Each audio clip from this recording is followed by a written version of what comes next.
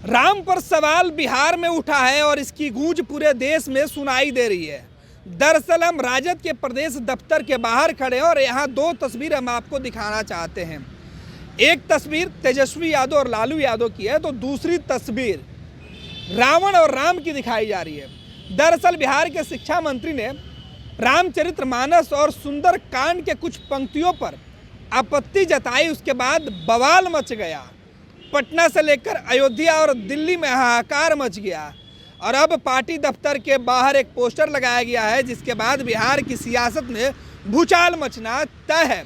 बिहार में तकरार की तीर अब तर्कस से बाहर आने वाले हैं, क्योंकि यह तीर आरजेडी के द्वारा निकाला गया है और तर्कस जेडीयू के खेमे में जाएगा, क्योंकि जेडीयू ने इस तीर और तर्कस से पहले ही खुद को दूर करने का ऐलान कर दिया है और बाजी अब बीजेपी के हाथ में डाल दी है। देखना है कि भाजपा इस महाभारत के युद्ध में रामायण की चर्चा को कैसे विराम लगाती है। दरअसल मिशन 2024 की शुरुआत हुई है और आगाज और अंत भी 24 को लेकर ही किया जाना है। 24 के पहले बिहार में रामायण के सहारे महाभारत छिड़ी हुई है, लेकिन जो तस्वीरें निकली हुई है उस तस्वीरों की चर्चा करते हैं और पोस्टर की जिक्र करते हैं। उम्मीद और भरोसा राष्ट्रीय जनता दल में तेजस्वी यादव पर दिखता है, लेकिन 2024 के मिशन में एक बार फिर से राम और रावण के साथ नीतीश और नरेंद्र मोदी की लड़ाई होगी।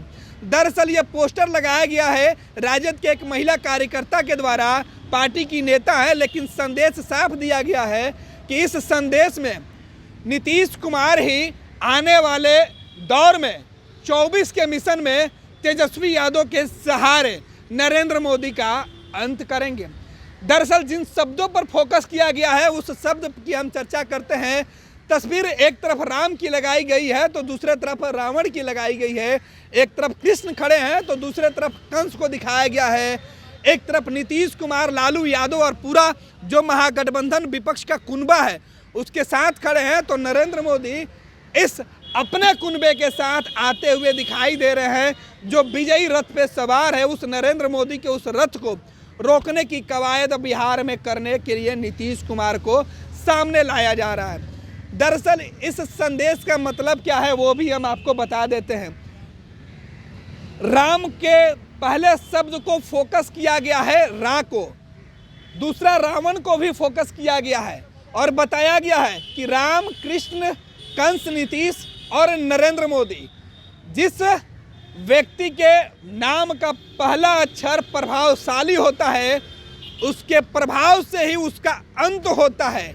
ये बताने की कोशिश इस पोस्टर में की गई है। 2024 के पहले बिहार में पोस्टर वार की शुरुआत हो गई है। भाजपा इस पोस्टर के बाद चुप नहीं रहेगी, पलटवार बहुत तगड़ा देगी, क्योंकि बिहार में पोस्टर की लड़ाई अमूमन पोस्टर से ही होती है।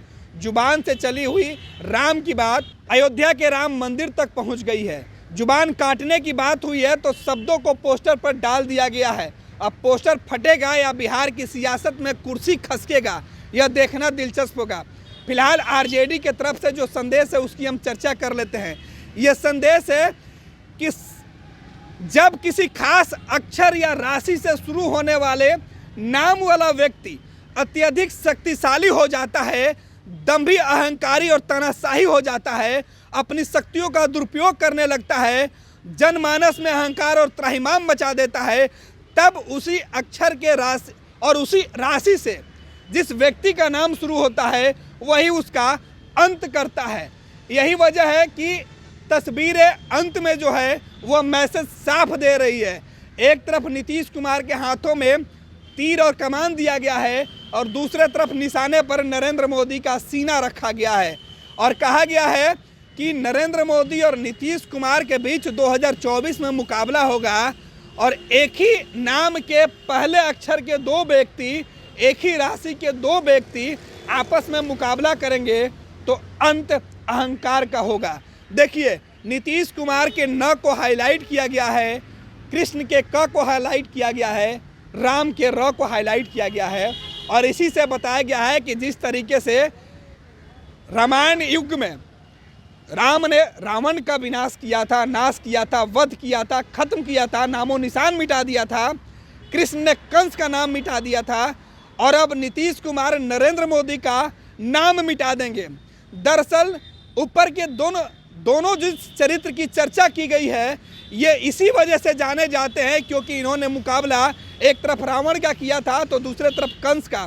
अगर रावण नहीं होता तो शायद राम इतने बड़े व्यक्ति नहीं बनते, कंस नहीं होता तो कृष्ण आज पूजे नहीं जाते, नरेंद्र मोदी नहीं होते तो नीतीश कुमार की चर्चा देश की सियासत में उस कदर नहीं होती जिस तरीके से आज होने लगी है। बहरहाल तस्वीरें इस कदर है कि नीतीश कुमार के साथ पूरा कुनबा महागठबंधन का दिख रहा है, पूरा विपक्ष एक साथ है। एक तरफ नीतीश है तो उनके साथ तेजस्वी, राहुल और लालू दिख रहे हैं, तो दूसरे तरफ नरेंद्र मोदी अपने कुनबे में सिमटे हुए दिख रहे हैं। तो ये महागठबंधन की ताकत दिखाई जा रही है। दूसरे तरफ नरेंद्र मोदी को असहज दिखाने की कोशिश की जा रही है। लेकिन बड़ा सवाल है, जिस नाम और जिस तीर और तर्कस की बात की गई है, जिस राम के चरित्र पर सवाल उठाया गया है, उसी राम से नीतीश कुमार ने बिहार में तौबा कर लिया है। नीतीश ने राम के नाम से इनकार कर दिया है क्योंकि राम का नाम तो भाजपा लेती है और नीतीश नहीं चाहते हैं कि बैठे बैठाए भाजपा को कोई मुद्दा और शब्द दे दे जिसका नुकसान आने वाले चुनाव में और विपक्षी एकजुटता के गोलबंदी में हो। लेकिन आरजेडी के नेता मानते कहाँ हैं? आरजेडी तो चीख चीख कर कह रही है कि जो चंद्रशेखर कह रहे हैं वो सच है और उसी पर वो कायम रहेंगे। तेजस्वी यादव और नीतीश कुमार के इस राम के विवाद पर सामने आना है। नीतीश ने कहा है कि फिलहाल वो शिक्षा मंत्री से बात करेंगे। तेजस्वी यादव सवाल सुनकर टाल जाते हैं, लेकिन ये टाल मटोल की सियासत कब तक चलेगी? क्योंकि भाजपा तर्कस में तीर लेकर सवाल पूछ रही है कि जवाब तो देना पड़ेगा सुशासन की सरकार से, महागठबंधन के मुखिया और तेजस्वी यादव के साथ में। लेकिन बड़ा सवाल है कि बीजेपी अगर राम के नाम पर मिशन 2024 की सेंधमारी में महागठबंधन को हराने के लिए राम का नाम आगे करेगी तो मुसीबत में कौन आएगा, नीतीश कुमार या तेजस्वी?